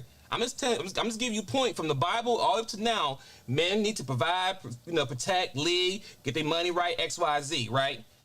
Where is the woman being accountable for their actions from the Bible and all the way up? Just answer that question for me. What do you mean? The women are taught must the same lead, protect, provide. Lead, protect, provide. 90 days. Male versus man. This is all from the beginning to now. So give me that same timeline with the women. I don't understand what you mean about the 90 days. I don't understand. Steve Harvey. Right, Steve Harvey, part of his book, he talked about the 90-day rule. Yes, right. So what I'm saying that what Steve Harvey was telling us is like, hey guys, you're gonna have to wait 90 days. That means we have to work hard for it. First of all, that book wasn't for you. That book was for women. Right, but still, it wasn't for us. But we still had to play the game, right? True or false? No, because if you didn't read the book. Because if you read the book, what Steve Harvey said in the book was that men typically won't want to commit or settle down until that man feels like he has reached a certain status or got to a certain place in his life. That a lot of men want to feel like they have accomplished whatever they have goals that they have set for themselves before they want to commit, which is different than women. So it's still echoing what I'm saying, though. You know that, right? It's still echoing that men still have to, like you said, men have to reach a certain level, meaning that men have to work hard. He's saying that that's a male trait, that men feel that, and where women are getting into conflict is because women are like, we've been together for 2 years. I really like you. You love me. I love you. Why we can't get married? And it's because the man is thinking about what his goals are, which may not. Yes, I may want to marry you, but not right now because I'm trying to focus on getting here. Mm-hmm. That's not a woman's perception. That's from what Steve Harvey was explaining to the men, and what he was saying to women is the same thing that you're hearing from, your beloved Cam Samuels, which is before you go out, right? The 90-day thing was supposed to be for women to say how you can start filtering out these guys that ain't about whatever is not just giving it up. That's what the 90-day rule is. So you make a dude where you have him, make him put his best foot forward and get the most effort. Right? And if he doesn't stick around, then you didn't waste your time and you didn't spread your legs for somebody that wasn't worth it in the first place. That's the point of the 90-day rule. Right. So to even add to that then that makes it worse on y'all, because now you have a man telling you what you need to do to vent women. What I'm saying is that where is women? Hold on. Just listen. Where in the timeline is women being told? Just tell me this. From the time that you are young, you are told what to do. You are raised from the time and I always say this, and you guys will absolutely not agree with this. I posted this, and I think you disagree with when I posted that little video where it was like a joke on TikTok where the mother was like how she talks to her son when she comes home versus how she talks to her daughter, right? Mm-hmm. And girls from the time that they're little typically are taught certain things, right? And it's not the same things are not taught to the boys, but that's just because of how the society is or whatever, and that's the flaws within the society. But the point is that women are taught that. Now, if you're saying what are they taught? Hold on. What are they taught? They are taught that when you come in relationship with your job as a woman, you are to be, take care of kids. You're taught that.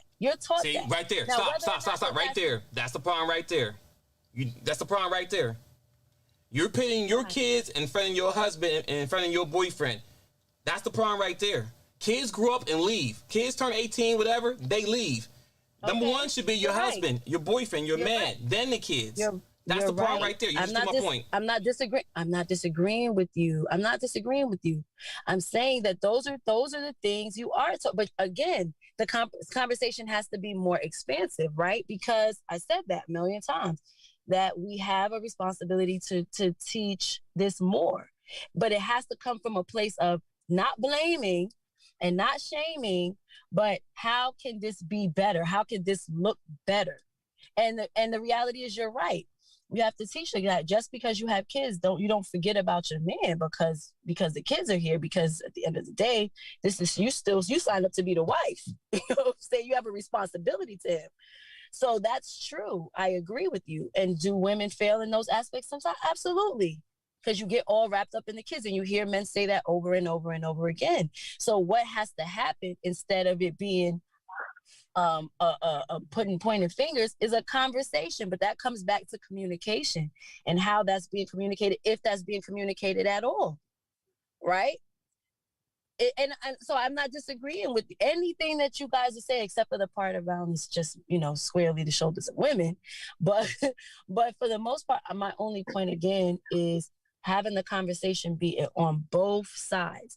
We can't teach the problem in here, and I'm not going to start a whole nother thing, but that problem even with this past week with Boosie and the comments, and it was a whole big thing. But because what you're teaching again is wrong. You're teaching it that Lori Harvey's the problem. Lori Harvey slept with all these people, but she slept with Trey Songz and this one and that one. But these men are also quote unquote whores. They're the same. But what you're teaching is that you're telling to the boys that it's okay for you to do this behavior. It's okay for Future to have 1 million kids with 1 million women, but the women that he sleeps with are the whores. That is the problem, and we're going to continue to have these problems in the Black community if we don't address both at the same time. That behavior of Futures is unacceptable. I want to categorically state that I've never respected nothing Future did outside of his music.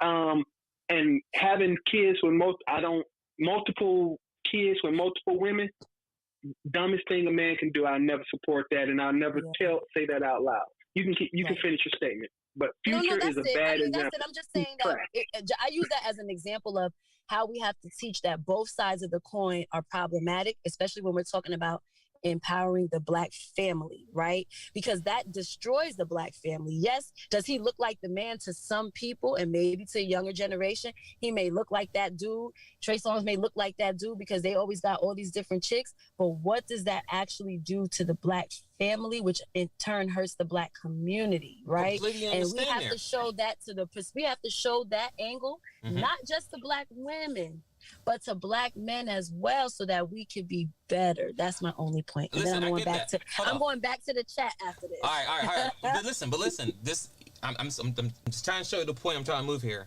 Men are raised to provide, protect, lead, all that good stuff. Lori Harvey wouldn't be able to talk to Michael B. Jordan if Michael B. Jordan would work on his craft, work on his body, work on his acting. be able to be a leader, so he can't pick and choose whoever you want to talk to. Trey Songz couldn't be who he is if he didn't practice singing, working hard, working out. These are things I'm trying to tell you. Men are taught that you need to be a protector, leader, provider. And on top of that, if you want to get the girl, you need to be number one. You have to work hard at everything. That's the point I'm trying to make. That's why these women can go to these men, because these men are hard workers in what they do. Now, as far as their physical things they do, as far as having multiple babies, that's a different story. But the point I'm trying to make is this: I am agreeing to what you're saying with things. All I'm asking is that women, little girls being raised, need to understand their role when it comes to be in a relationship and being a wife. Just that simple. The first thing you said to me, and it's no knock towards you, but you said the woman's job is the kids. That's where you fell right there. Because when I got married and even have kids, my wife is still my number one priority. Yeah, the kids is up there too, because the kids need me to depend on. But in the, day, it's still the wife. I never be like, oh well, my kids, they're my wife. No, it's still my wife. It's just that simple. And every man would tell you that. And like you just said, most men who have them issues with being married, the women put the kids in front of the man. I agree. So with that being said, the women need to be better raised and taught what they need. Women understand that. Listen, listen, ladies, if you're listening, you are the prize. I'm gonna say it again. You are the prize. Dudes will get in a fight over you. Dudes will work 100 jobs. If they want you, they do whatever they can to get. The problem is this: if you give the cookie away for easy, you gonna cause a ripple effect to now, if I can get her from easy, then I can get it from everyone else. And then you have baby mamas and baby daddies. But if you value yourself and who you want to be in the future, no pun intended, future, date with a purpose.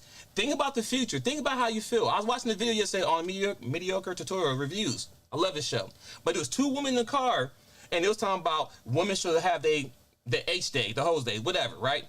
And one lady on the right was like, you know what? I couldn't do that because I'm thinking about the future. I'm thinking about, because I want to be somebody's wife. I don't want to be all over here sleeping with all these many guys trying to live my best days. And that's the same thing that men echo when we, as far as women we want. That's not a real thing though, right? And we went through examples of that last week. Because the reality is, what the danger is that it only matters if you're a quote unquote regular woman, that it matters about that. Because it clearly doesn't matter with Lori Harvey. It clearly didn't matter with Kim Kardashian. It clearly doesn't matter with how many of these other women that these men line and all the women you talk about is a small percent. Hold on, all the women you just named are all small percentage of women. No, I'm not saying there are a large percentage. What I'm saying is what it Kim shows is known is for that what now? Hold on, let's be real. Kim is known for what? Ray J video. Lori Harvey is either the daughter or stepdaughter of Steve Harvey. The stepdaughter, right? Okay, so you take away Steve Harvey's name, she's just nobody. You take away Ray J video, you may not ever have a Kim Kardashian. So those don't count. I'm not denying that. I'm saying that. So what I'm saying is around, if a person, when we talk about their sexual activities and stuff like that, yes, it matters. But okay, you're saying, what are women taught? Women are taught, like you said, and I agree with you, around, they have to be better taught around what that looks like, the balance of children and their husband. But we also acknowledge that earlier in the segment, was it that hard to say husband then children? You had to say children and husband. No, I was trying not to say, because I was like, not everybody is married, but we are talking about marriages, so that's why I stuttered. Because I was going to say men, but then I was like, no, we're talking about marriages. But when you also brought up at the beginning of this was around how many women are getting educated. And, even though I definitely did not agree with what Seth was saying around the education part, but the point around that is that women are being more educated in things because these are things that, traditionally, historically, they were not empowered to do. So now they are being empowered to do it. And yes, has that impacted the Black family? Yes. It delays when women are starting to have families, when women are getting married, if they're getting married at all. So yes, the education has not pushed us in the direction that we hope to go in necessarily, but it's because it hasn't been matched with the education around how you can still be an educated woman, how you can be a career woman and still have a Black family. That's the missing piece. And that is what's missing. And who can teach you that? Who is going to teach you that? Steve Harvey? Kevin Samuels? No, because the reality is it has to come from a person who's done it, has to be a person who's successful in that type of a situation to say this is how it can be done. And those conversations happen. You can look them up on Clubhouse, on Facebook, on LinkedIn, these conversations are happening. It's just that we need more of them. We need more of these spaces. We need more of these conversations because we have to show women that it is more to it than just once you have kids and that's it. Then, you're not doing nothing for your man or whatever. You just let yourself go. I agree with you 1,000%. So how do you do that? And it can't come from a place of blame. That's all I'm saying. How do we do that? Conversations, communication. Just like you go to college and learn, we have to have some sort of forums where people learn. Black love. But it can't be coming from no place of, you ain't this and you not that, so how you expect this to happen? You ain't this. No, that's not it either. We can have honest conversations, but it has to come from a place of really, truly wanting to empower us, not tear us down. That's what I'm saying. That's it. That's all I got to say. Okay. Okay. Okay. Yeah. Seth, you want to say? I feel like you want to say something, Seth. No, I hear everything that I'm trying to figure out the way to say it properly. So when I say it, it's gonna make Sherry mad. But it has to come from a place of love. It has to come from a place of caring. Totally disagree. That's some childish ass stuff right there. And that's the point that I'm getting to. If let's say you got 3 kids in your house. This is a scenario in my mind. Let's say you got 3 kids in the house and the dishes are supposed to be washed before you go to bed at night. When you get up in the morning and you be like, the dishes aren't washed, do you yell at all the kids or do you yell at the one you knew was supposed to wash the dishes? Because it's cool to say, well, I'm going to turn my back. When I turn around, the dishes better be clean, and it might be clean, right? But if you don't really find out who did it and discipline the person who did it wrong, and I don't mean discipline like what, but hey, Tom, weren't you supposed to wash the dishes last night before we went to bed? Yeah, okay, you don't get to play the Xbox tomorrow at all. Isn't that how fathers discipline people? Oh yeah, definitely. So at the same time, and how many times am I going to discipline them before the dishes are washed the way they're supposed to be washed? Right? Mm-hmm. So when you say that you don't want to, we need to have this conversation. If you won't accept blame for it, if no one's willing to take responsibility for it, then the conversation doesn't go anywhere because I've grown up with multiple siblings. There's a not me monster in everybody's house who has multiple kids. You know what I'm saying? Mm-hmm. There's a not me monster. That not me monster is who did this? Not me. Who did this? Not me. Why is it? Not me. Right? And so you either punish all the kids, but the one who did wrong never actually starts doing right if you punish everybody. Eventually you deal with the child that made the mistake. You work with that child. But if we're always going to try to be kumbaya, kumbaya doesn't move the line. It doesn't accomplish nothing. I have too many stats, facts, and figures that says basically this is what happens when women are left in charge. I have this, the dropout rate, the murder rate, the suicide rate, the poor reading level rate, gosh darn it. Okay? So you're not going to tell me we need to have this conversation, but we can't apportion blame because you can't fix a problem if you can't figure out where the damn problem started and work back from there. And if you want to accept responsibility for what you've done wrong, you are not going to address the issue. And that's all I got to say. That's like a mic drop right there for a minute. But listen, I mean, Sherry have great points as well. Seth got great points as well. She did. Yeah. Valid. Yeah. So it's not that, we're not dismissing nothing she's saying, and I understand what she's saying. All for me personally, twins, I'm just saying this. Men from the Bible age all the way up as I line up to you are taught to make sure you provide, protect, lead, and all these other things. What I'm asking, and what I like to see in our black communities, in black TV shows, all these people who are out there in the media that has a bigger platform than we do, where are we going to have a sit-down conversation to the young girls and women about being feminine and what it takes to be married? It takes, you know what I'm saying? And the reason why I say marriage, because honestly, let's be real, you shouldn't have kids until you marry. So that's the problem right there. I'm not even talking to the baby mama and baby daddy because y'all messed up, because you should be married. I have a daughter and I'm gonna raise her the best way I can. Now, of course, it's always choice and decision. So if she to choose to have a kid, that's her fault. But best believe I'm gonna give her all the tools and resources so she can be the best woman she can be. Yes, I'm gonna raise her to make sure she can hold her own, but also at the same time, she needs to be able to know how to be with a man and make sure, you know what I'm saying, how to be with a man, keep a man at the same time. These are not as things that are being taught. All we hear is, when I go into clubhouse rooms and TV shows, it's always what the man need to do, why men keep leaving, men this, men that, men this. Okay, I get it. I understand. A lot of men do leave. Okay, I'm not dismissing it. That is a true fact. Men out there, some men out there are boys. Some boys are soft. I get it. That's a true statement. But what the point I'm telling you is, I never hear anybody on any show. And if there is, let me know what show it is.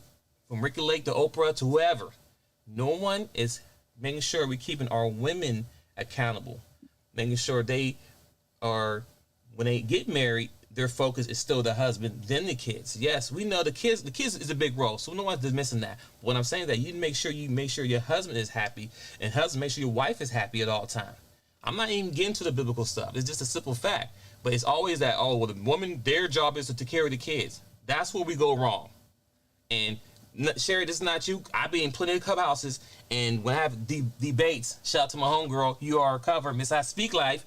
That is the one thing she always says, that, well, women, we're the nurturers. We raise the kids. We do this. We do this. That's the problem. You're just focused on the kids and forget the dude. But once again, reality is a problem. But if we educate our young lady at a young age to make sure to put value on yourself, not just on the cookie, but yourself. If you value yourself, you will make sure you don't give yourself up to anybody out here. Women need to be forward thinkers, meaning that if I'm in high school, you do not want to get pregnant by anybody in high school, because where are they working at? Yeah, he may be cool. He may be the star athlete. He may be the top football player. Is he going to college? No, he's still neighborhood. So you got pregnant by a dude in the same neighborhood who got two other girls pregnant. How does that make sense? You just devalue your whole self because you didn't, you know what I'm saying? You gave your womb to everybody. Ladies, your womb is gold. You're the prize. I can't say as much more it is.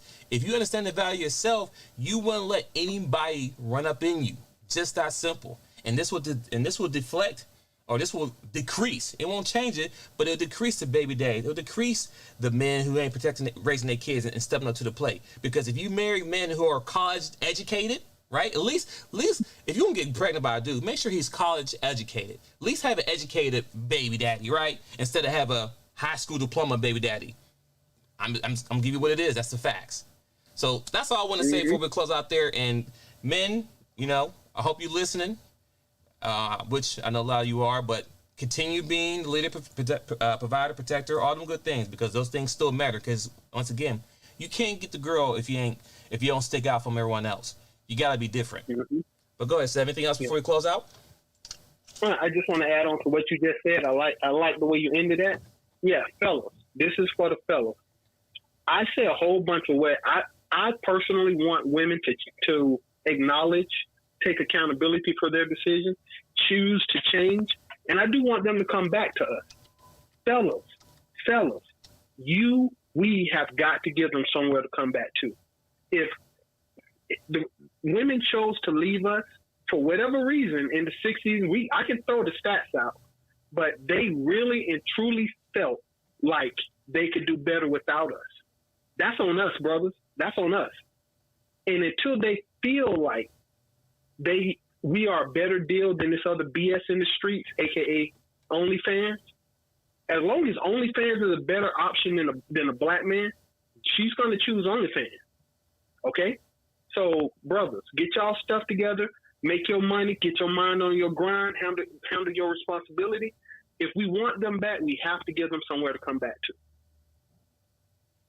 Big facts, big facts. Well, once again, people, thanks for tuning in today to the DaChop Team.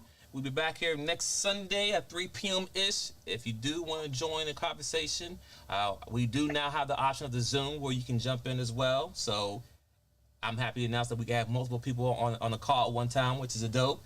Sherry, thanks for tuning in. Make sure you follow Miss AKA Body Right on IG. Thanks. Love you, Sherry. Shout out to Michelle, who also joined in the room secretly but quietly. Big shout out to my wife. She's listening low key, but she's staying low profile. She's just listening. But shout out to her as well for supporting the brother today. Also, like I said, next Sunday, if you have any questions, concerns, any topic you want to speak on, send us email at DachopTeam@gmail.com. Also, I have another show we have Monday, Wednesday, and Friday. It's called The Real Deal versus How You Feel. It's a plug because, it's not another show I'm on. But we have topics Mondays, Wednesday, and Friday at 3 p.m. talking about subjects kind of like this. So tune in. It's on a free app called Stereo. That's all we have. Seth, anything else before we wrap it up here, sir?